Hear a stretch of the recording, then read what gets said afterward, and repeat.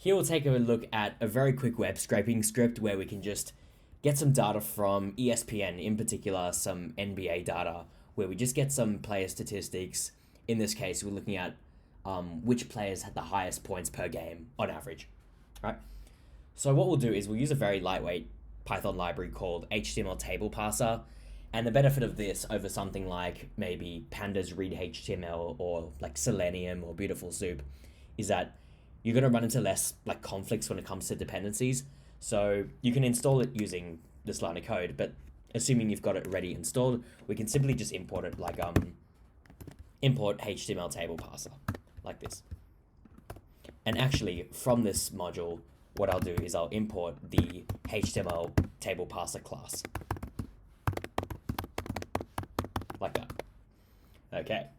And so what we can do now is with this URL, we can get these player statistics, and just using requests as well, actually, we're going to send a GET request and make sure that we get the data that you're seeing inside this table. Okay?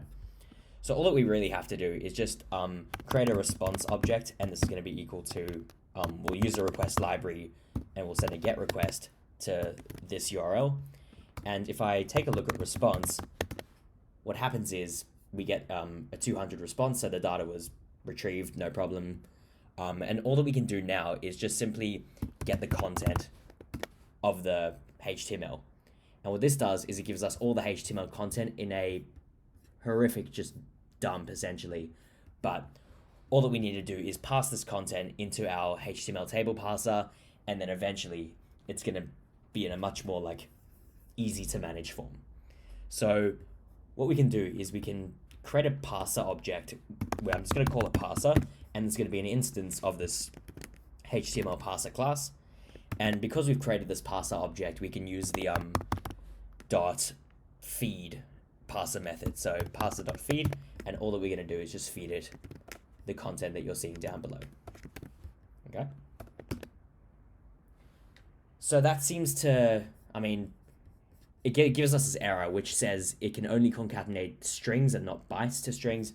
And if you take a look here, particularly at the type of the response.content variable, this is of type bytes, and we need to convert it to a string.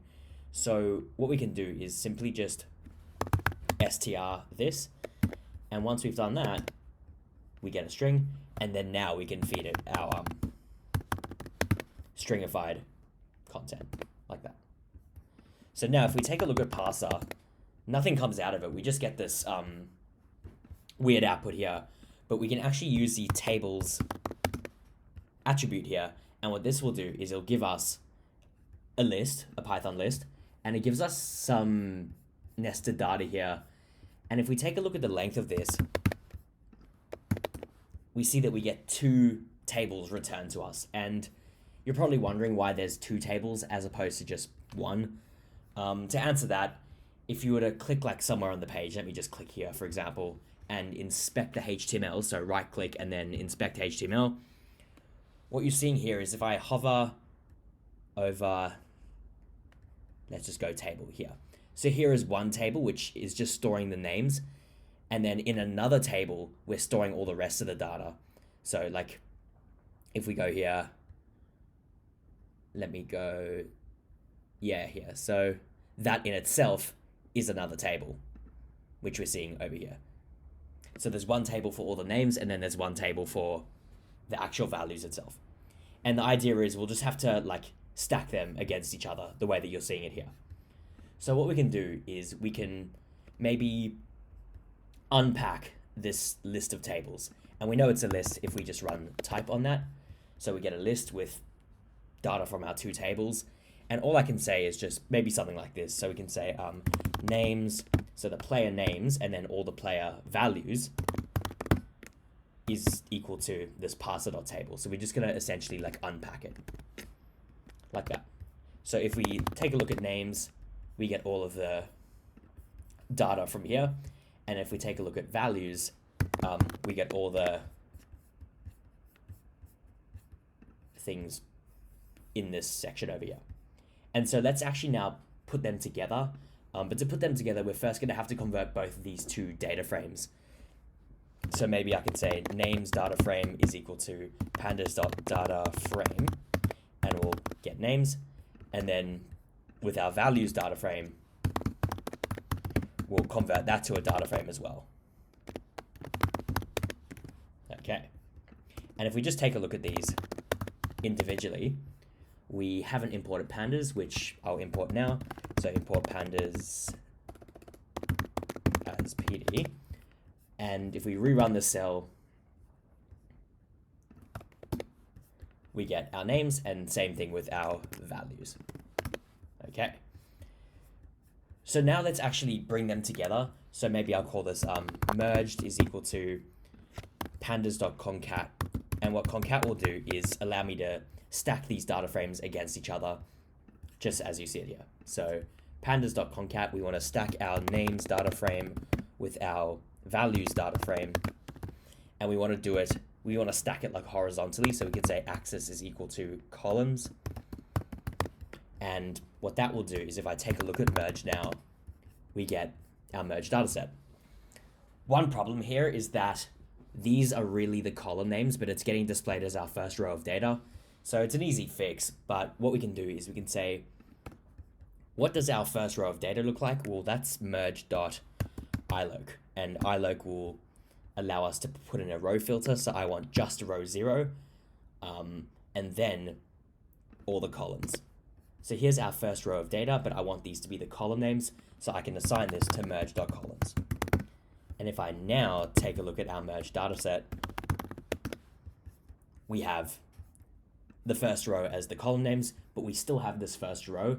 So what I might also do is I might just say our new merge dataset is equal to our old one, but only from index 1 and downwards. So I can use .iloc again and just ask for rows index 1 and on. And I might just copy this so I don't get any warnings down the line if I try to change anything. Okay. So again, one last look at merge before I look at different years as well. But now we have our merge data set for this particular year. I guess the question now becomes, how can I do this for multiple years? So we've got this for a single year. How can I get the data for not just this year, but for other years as well? And for simplicity, we'll just take a look at the postseason. You can, of course, do it with the regular season as well. But if I click on the year before into postseason, you see that with this URL, we get a year value over here. And, you can sort of see where I'm going with this. And if I just change this to like 2020, like that, for example, I get 2020's data. So I guess the idea here is we can just run a simple for loop, and for each iteration in the loop, we're going to get a new year of data. So let's see if we can, hack something away here and make it happen for all of our years. Okay. So instead of looking at just one of the year's URLs, we're going to take a look at all of the years, which I'll pass as a year variable there. And that Y year value will just be like changing at each iteration of like a for loop. So maybe we can say something like this, for year in np.a range, let's just look at let's go from 2019 to 2023, not inclusive, exclusive because it only goes up to 2022, I think. And what we can do is just put this all in a for loop. Okay, so and that's going to be a formatted string as well. So we're going to get the data for this particular year. We're going to feed it to our parser, unpack it so that we get our names, values, and then our actual data itself, which I'll unpack with parser.tables, then create the data frames. Once we've done that, we can merge the data frames for that particular year, like we did before. And once we've merged the data frames, we just need to fix up the column names as well. So, making sure that we get our columns defined here, like that. And what I might do now is, this is changing at each iteration of the loop.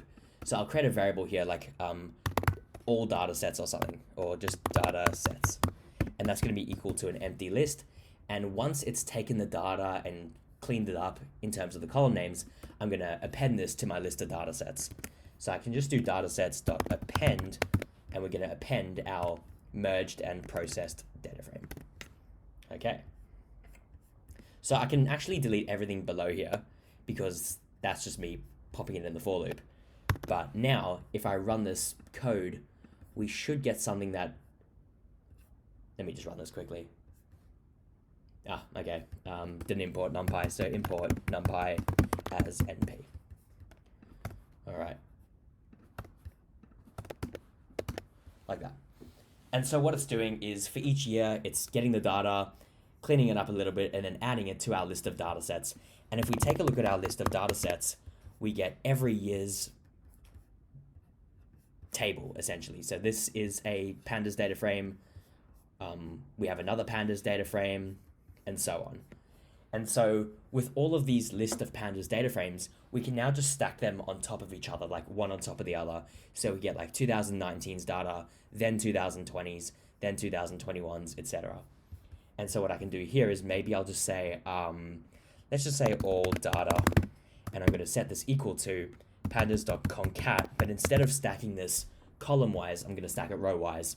So I'm going to take my datasets list object, and I'm going to concatenate it along the row axis here. So axis equals index, and what that will do is if I take a look at all data, that will stack all of our rows on top of each other. And I guess the question now becomes, sure, this is great, but, you know, how do I know which year each of the, like, how do I know if this was 2022's data or 2019's data? And what we can do is maybe for each loop iteration, we can add another column here called the year, which I think I'll do over here. So maybe we can say merged, I'll create a new column called the year, and the value that that's going to store is just the one currently in the for loop, like that. And so if I rerun this, what we should get is something that has all of our data with all the years as well. Yeah, perfect. And, you know, you can get as creative as you like with this. You can put this in a function where, you know, start year and end year are parameters. Let's just say we wanted to get data all the way back from, I don't know, let's go 2007. And if we rerun this, we get all the data from 2007 onwards, hopefully. It'll take a little while just because it's like retrieving a lot of data. But once that runs, yep, so we get everything from 2007 all the way to 2022. And again, what you want to do with this data is totally up to you, but this is a quick and really, really easy way to scrape some data using HTML parser and requests from Python. So give that a try and see how it goes.